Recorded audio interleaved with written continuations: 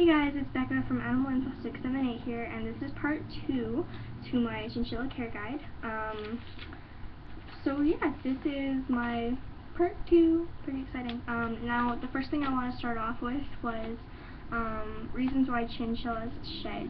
Now, chinchillas shed on a regular basis sometimes for some people, and some chins don't shed at all with some people. Now, my chinchillas don't shed. They don't shed unless this happens, which I'm about to read.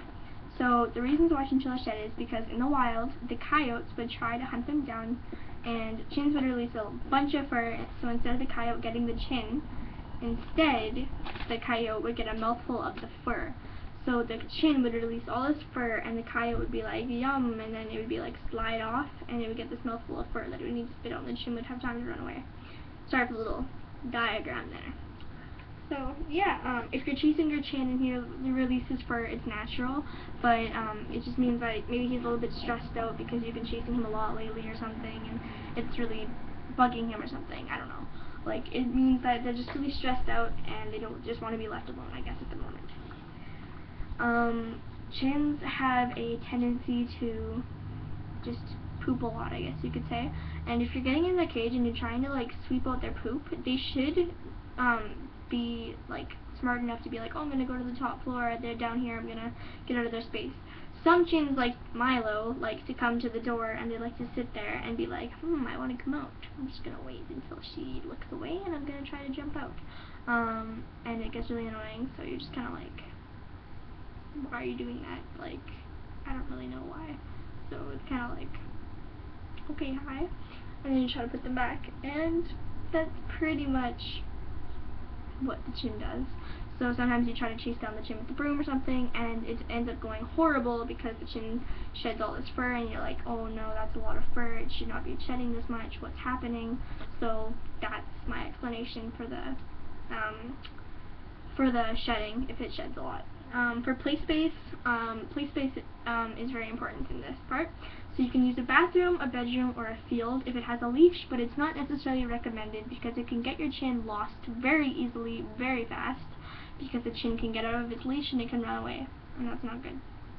Make sure the chin is trapped in and can't get out. If the chin seems uncomfortable, get a better fitting leash and discontinue the use. So if the chin seems like it's kind of trapped in the leash and it's kind of like struggling to get out, maybe it's kind of uncomfortable, it doesn't like leashes, something like that, then it's not like the type of thing that your chin should need or want. You don't want to put that stress on it because once again the shedding will occur.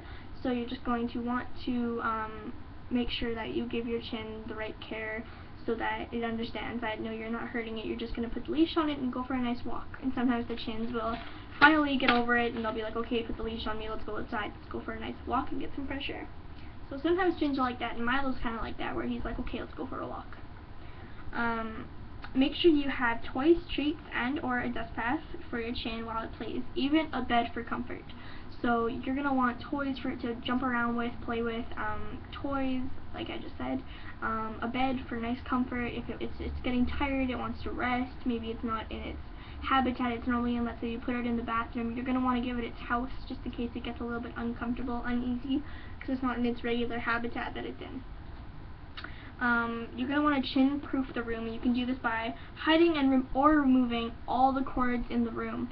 So I have some lamps that have cords, but they're hidden behind a bunch of shelves, and I have some like other cords, but they're hidden behind my bed. As you can see, there's a cord on my bed right now, but my chins aren't out playing right now, so it's okay. Another thing is that baseboards in your room will get chewed, just so you know. So your baseboards will get chewed, but your chins won't necessarily chew them. I'm just saying some chins do. Like Milo did at the beginning, but now he's learned not to, so it's good.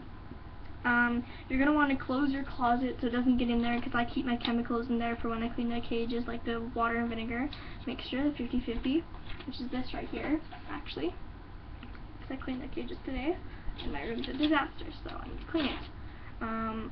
Another thing is to block off dangerous spaces, such as the door's open, you don't want it to run out there. Your bed, underneath your bed, you don't want it to get under your bed, so you're going to want to put pillows or something under there so it doesn't get under there and jump around and harm itself or poop all over under your bed, because then it just gets messy. You need supplies for your chin, so let's review them. This is your grocery list. So I made a nice grocery list for you guys here. So you're going to want chinchilla food. I really recommend Oxbow. Oxbow is a very healthy dieted pellet that is very great with food quality. I don't know what just happened. I think I scraped myself. Yeah, it's really good with food quality though. It's really good with everything to do with chins. It knows what it's doing. So you're just going to want to get Oxbow. It's healthy. I recommend it. For alpha hey, I have Sun Naturals right now. It's called Sun Naturals, but instead of having two ends, it just has one end, so it's like Sun Naturals. I recommend Oxbow as well for the hay if you would like.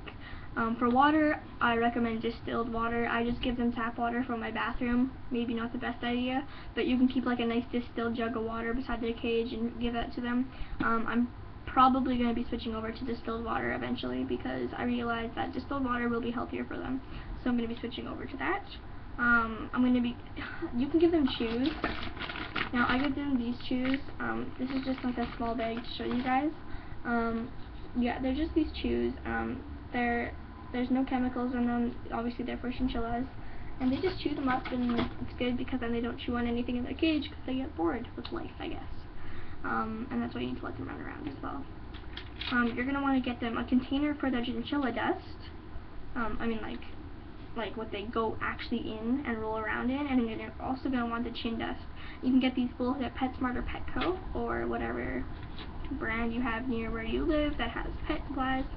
You're going to want a carrying case for pet trips, for vacation, for things like that, and you're going to want to make sure that it's the right quality and brand that you want for your vacation if you're going on vacation, and the same thing you want for trips. Sorry, I'm just looking at this FaceTime again. So let's really cover that. Okay, so you're going to want a leash for walking. Leashes, like I said, very important with the fitting and everything. Maybe get a vet to fit your chinchilla to a certain leash. And supplies for in the cage, like chew toys and stuff like that. Like for example, their houses, things like that you need for the cage. So I would recommend houses, ledges, marble slabs. I forgot to include that. Marble slabs for cooling down. Things like that cool them down. Even tile from your kitchen. Let's say you had extra tile from renovating. If it's nice and it's clean and there's no cement or anything on it that they can't just chew off, then it's good because it cools them off in the summertime. You can give that to them. Pop it in the freezer, give it to them, and they're good. You're going to want to give them sawdust or fleece. I recommend fleece because it's softer on their paws and it doesn't give them, I can't think of the name right now, but it's really bad for their feet and it's really not good. So you're just going to want to give them a nice fleece and it'll make it nice and comfortable on their little feet. And then the last thing you're going to want is a cage. Now, Milo has a pet setter a cage, and Shiloh has a Ferret Nation cage. Now, both of them are really good. Pet setter is quite a bit smaller with 4 levels, but the bottom level is the biggest, and then the other 2 levels are like this big. They're like that big. So, not the best, but he likes to jump around, so it's good. Shiloh has a lot more space, too, so it's kind of like, eh. I will be reviewing my actual supplies with you guys soon enough, and it'll be about like what I have, and it'll be like a review of all my supplies. I'm going to be doing this with Jack right away, what I just did with you guys, the care guides.